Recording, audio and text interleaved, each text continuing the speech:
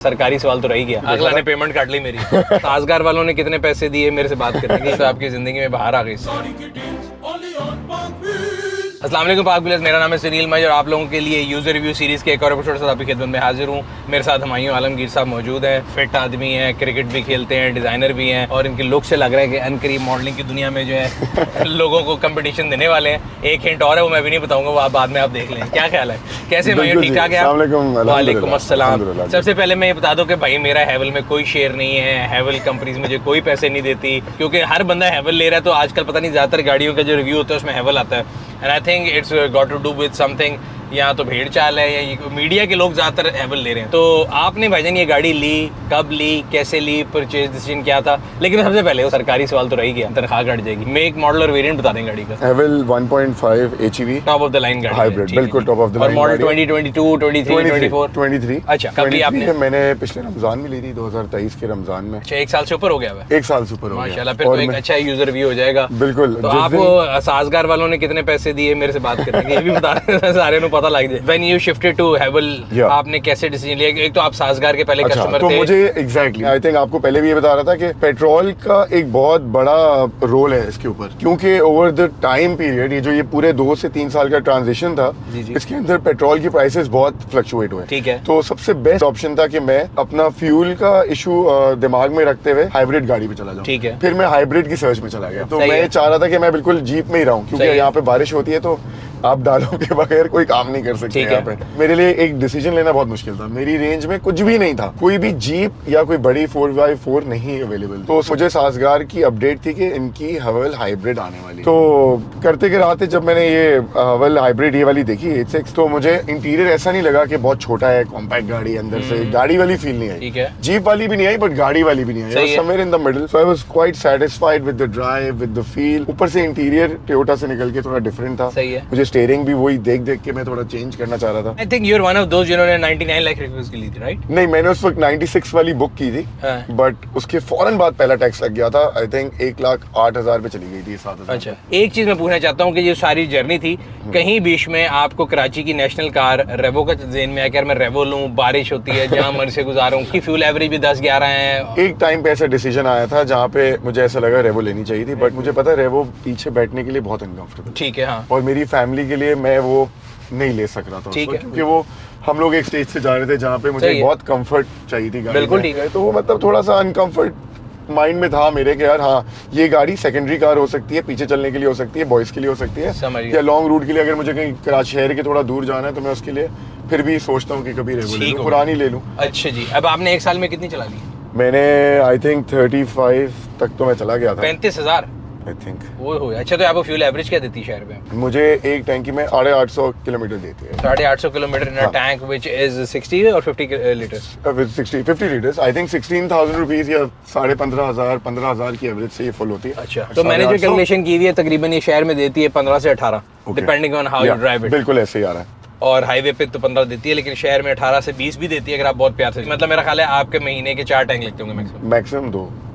फिर तो आपकी जिंदगी में बाहर आ गई इससे। हाँ, 2-3 टैंक लगते हैं। मैं बहुत इजी हो गया, क्योंकि जब मैंने फॉर्च्यूनर से बीजे ली तो 100 रुपए 80 रुपए का शिफ्ट आ चुका था पेट्रोल प्राइसिंग में। तो जो टोटल गाड़ी जब फुल होती थी उसमें महीने का कोई 30,000 का फर्क आने लग गया। आप फॉर्च्यूनर चला रहे थे? बिल्कुल। And you are one of those people जिन्होंने अर्ली मूव की थी। पेट्रोल फॉर्च्यूनर, डीजल फॉर्च्यूनर और पेट्रोल फॉर्च्यूनर में काफी फर्क है। हाँ, वो दोनों डिफरेंट स्टोरीज हैं। यस, एंड देन अगेन जब BJ40 यूज की, वो सेम उसकी भी वो गैस गजलर थी, सेम माइलेज, सेम, ऐसा लग रहा था मैं सेम गाड़ी चला रहा हूँ। ऑब्वियसली थोड़ी फील अलग थी, बट पेट्रोल के मामले में वो बिल्कुल सेम थी। मतलब दोनों फॉर्च्यूनर और वो 6-7 की एवरेज देती। काश मैं तो 4-5 के ऊपर था। क्या बहुत ज्यादा गाड़ी को दबा के? नहीं, बिल्कुल भी नहीं, मैं बिल्कुल भी दबा के नहीं चलाता। तो जब मंथली एवरेज निकाली तो काफी बचत हो रही थी। लाइक 50,000 रुपए महीने का अगर आप 4 से 5 टैंकियां भरवाते हैं बच जाता था। और ऑब्वियसली 2 टैंकियां 1.5 टैंकी में काम हो रहा था, तो बहुत पैसे हैं। हाँ, वो लोग कहते हैं ना कि ये हाथी पाले हैं तो दरवाजे बड़े कर लेंगे, वो कहना आसान है, लेकिन जब आप हर महीने जब रिकरिंग कॉस्ट पड़ रही थी फ्यूल की तो वो बड़ा। अच्छा, कभी पार्कव्हील की कोई सर्विस यूज की? मैंने पार्कव्हील से गाड़ी बेची थी, लास्ट फॉर्च्यूनर वहीं से बेची थी। अच्छा, कैसा रहा आपका experience? It was nice. How difficult was it to place an ad? It was not difficult at all. मैंने काफी एड्स प्लेस किए और डिलीट किए, अच्छा कुछ चेक करने के लिए, मार्केट चेक करने के लिए भी ऐसी हरकतें की सही है। हैं, but I keep on checking for new cars and you know and updates. बिल्कुल। अच्छा, इसकी ऑप्शंस की बात करते हैं जी। इसमें जो ADAS के सारे फीचर्स हैं, इसमें लेन कीप, लेन असिस्ट, पता नहीं अच्छा, क्या क्या, सबसे मजे की बात है- TTT वो यूज करते हैं। बिल्कुल सही भाई, पहले महीने तो मुझे इस गाड़ी ने ना गाड़ी चलानी नहीं दी। आप इधर करते हो, कहती हो वापस आ मैं जाओ। जैसे मेरा एक तारिक रोड पे स्टोर है, एक गुलशन पे, गुलशन इकबाल की तरफ सही स्टोर है। है, और एक बहरिया टाउन की तरफ स्टोर है। अच्छा। तो एक दो ड्राइव्स गई है मेरी लंबी, और उसमें लेन असिस्ट ने मुझे बड़ा तंग किया। वो मुझे बोलता है नहीं भाई हिलोगे नहीं, वापस आओ। इंडिकेटर दो तो किलो। मैं इंडिया। अपने को बड़ा अच्छा ड्राइवर समझता था, जिन मैंने चलाई मैं कि क्या कर रही है ये बहुत तंग किया रियलाइज इसने। कि lane change without an indicator ये आपको वार्निंग करती है। Yes. वो ठीक है, लेकिन कभी कभी मुझे तो ये लगता है कि थोड़ा ओवर इंजीनियर्ड है ये गाड़ियाँ। मतलब आप गाड़ी ओवरटेक करने की कोशिश कर रहे हैं, खासतौर पे GT रोड पे ऐसे जहाँ बैरियर जा रहे हैं, बिल्कुल। ये आपको वापस ले आती है। बिल्कुल, वो थोड़ा डेंजरस हो जाता है कभी कभार। मैंने तो फौरन इसको बंद कर दिए थे सही सारे है। ऑप्शंस को, बट वो हर क्योंकि- दफा दोबारा बंद करनी पड़ती है। नहीं, वो मैंने एक दफा एक ही दफा बंद किया है। निप the evil in the bid आपने एक दफा ही खत्म कर दिया। ये मैंने एक ही दफा बंद कर इसके जो हेड यूनिट है, Yeah. इसकी Amazing. कनेक्टिविटी कैसी है? ये तो अमेजिंग। मैंने बड़े से बाद रियलाइज किया कि इनका जो है ना एप्पल कारप्ले और एंड्रॉइड ऑटो वहां से बाहर लगानी पड़ती है। सब मैंने है। पहले रिव्यू में कह दिया नहीं है, अगला ने पेमेंट काट ली मेरी। वो हवल ने आपका वो तारीफ काट आधी लिया। की है, उन्होंने मेरे शेयर थोड़े बहुत कम कर दिए। आई थिंक इसकी चार्जर भी अच्छा काम करता है। अच्छा, तो मैंने चार्जर से options- इतराज इसलिए कि मेरे फोन पे कवर शवर लगा था, वो करता है फिर थोड़ी देर बाद घूमने शुरू घूमना करता है, शुरू फिर हो निकाल जाता लेता है। है। अच्छा ये जी, अच्छा ऑप्शन। इसकी जो AC की परफॉर्मेंस है कराची के हिसाब से ठीक है? अच्छा, पहले दिन जो मुझे गाड़ी में फील हुआ है, हम्म। आज तक मुझे वैसा ही फील हुआ है। मुझे कोई डिफरेंस पता नहीं चला अभी तक कि AC खराब हो रहा है। अल्हम्दुलिल्लाह, या गाड़ी के कोई ड्राइव में फर्क आ रहा है। इंटीरियर कलर आपने बड़ा डिफरेंट चूज किया, अक्सर लोग बेच लेते हैं, आपने ये अपनी चॉइस से लिया कि अवेलेबिलिटी के ऊपर यही थी? यार red maroon my favourite colour और ऑलवेज बिन। और जो दूसरा ऑप्शन था रस्ट वाला, वो ऑब्वियसली मेरे पास एक एक्सपीरियंस रह चुका है फॉर्च्यूनर में। हाँ, फॉर्च्यूनर में रस्ट सेम किया था रास्ता, तो मैं उससे जरा निकलना चाह रहा था। सही। And you know I was looking for this, and मैंने BJ में भी यही लिया था, BJ 40 में। अच्छा, ये ब्लैक में भी रेडिश मरून ही लिया था, और इस पे भी I was keen to get the maroon only. 35,000 चल गई तो आपके पास तो अच्छा ये एक्सपीरियंस भी होगा कि सर्विस कैसी है, डीलरशिप का बिहेवियर कैसा है। बिकॉज जब भी कोई इंसान नई गाड़ी ले रहा होता है ना, बड़े ब्रांड से नीचे आता इंसान को होता है कि यार चाइनीज है तो इनकी आफ्टर सेल्स कैसी होगी, इनके पार्ट्स की प्राइस कैसी होगी। तो आपने क्योंकि 35,000 में कई दफा सर्विस कराई होगी। बिल्कुल, बहुत। What is an average service cost? To be honest they have been good. I mean 14-18 हज़ार रुपए की एक एवरेज कॉस्ट आती है। आफ्टर 5,000 किलोमीटर की 10,000? ये खुद ही बताती है कि व्हाट्स द राइट टाइम ठीक फॉर है। सर्विस। इट टेल्स यू कि now you should go for service. ठीक है, उन्होंने इंटरवल सेट किया होगा तो वही मेरा बिल्कुल। 5,000 होगा मेरा ख्याल है। 5,000 है आई So थिंक। 5,000 पे अगर 14,000 है, which comes out to be around 2.5 rupees per kilometer, which is not that bad. My comparison was with Toyota only ठीक है, because I was using Fortuner for the ठीक है। longest time। उसका क्या था? तो उसका भी इतना ही था, लेकिन उसके अंदर बहुत प्रॉब्लम्स आते थे। ब्रेक पैड्स कभी चेंज हो रहे हैं। अच्छा, इसका क्योंकि नेचुरली इंसान को एप्पल ऑरेंज कंपैरिजन बन जाता है।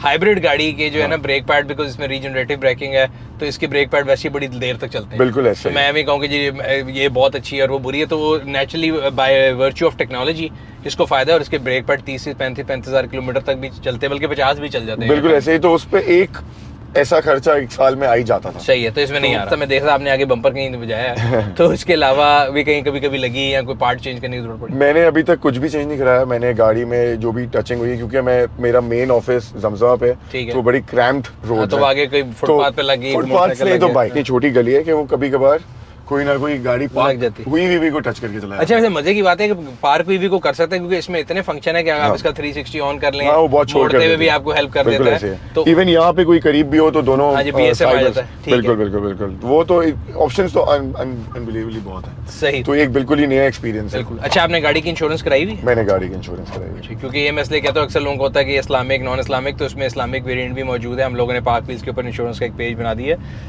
रीज़न मैं हमेशा आप लोगों को एडवाइस ये करता हूँ कि जो हमारे मुल्क में सेफ्टी, सिक्योरिटी और ट्रैफिक के हालात है ना, उसमें यहाँ तो पता लगेगा कि इस दिन दोनों स्क्रीनें नहीं है, यहाँ पता लगेगा गुड लाइटें नहीं है, आप तो रिम टायर भी उतार के ले जाते हैं। प्लस पार्ट्स बड़े महंगे। मेरे हैवल के ये राइट वाला पिछले जो टेल लाइट है वो टूटी थी, जो राइट कॉर्नर वाली है। Okay. The only tail light costed 74 or 75,000 रुपए।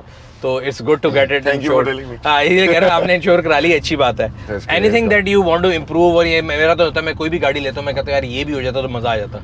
कोई ऐसी चीज जो आप मिस करते हो? अच्छा, मैं 2-3 चीजें जो मैं वापस यही बोलूंगा कि पीछे भी बैठता हूँ काफी गाड़ी, यानी कि काम में जाते हुए ड्राइवर को बोलता हूँ गाड़ी चलाए। अच्छा, बॉस सीट का इस्तेमाल करते बॉस हैं सीट का इस्तेमाल करता हूँ। बॉस सीट के ऊपर मेरे कुछ फीडबैक है जो कि मैंने उनको दिए हैं हाँ, कि क्या बॉस है, सीट बताएं। में कुछ पीछे कंट्रोल अगर ऐड हो जाता, एम्बियंस लाइटिंग ऐड हो जाती। बस 2-3 चीजें जिसको ये गरीबों की ई-ट्रॉन बन रही थी तो पूरी बन जाती। नहीं, कंट्रोल किसके, ऑडियो के कह रहे हैं? ऑडियो के हो, एसी के हो, दो ठीक चीजों के मांग रहा हूं मैं, और तो कोई ये नहीं कह रहा हूं कि सारी विंडोज भी कंट्रोल हो जाए। So आप यू सेइंग कि फॉर पीपल हु जो ड्राइवर के साथ यूज करते हैं एक बॉस कंट्रोल के अलावा और भी कंट्रोल पीछे होगा। एग्जैक्टली, कभी आप बच्चे के साथ बैठे हो पीछे तो आपको कभी म्यूजिक कंट्रोल करना है या फिर कोई एसी कंट्रोल करना है, तो आई थिंक वो एक ऑप्शन बहुत जरूरी है। ठीक है। एम्बियंस लाइटिंग का तो चले मैं वो कहता हूँ कि वो एक एडेड खूबसूरती के लिए।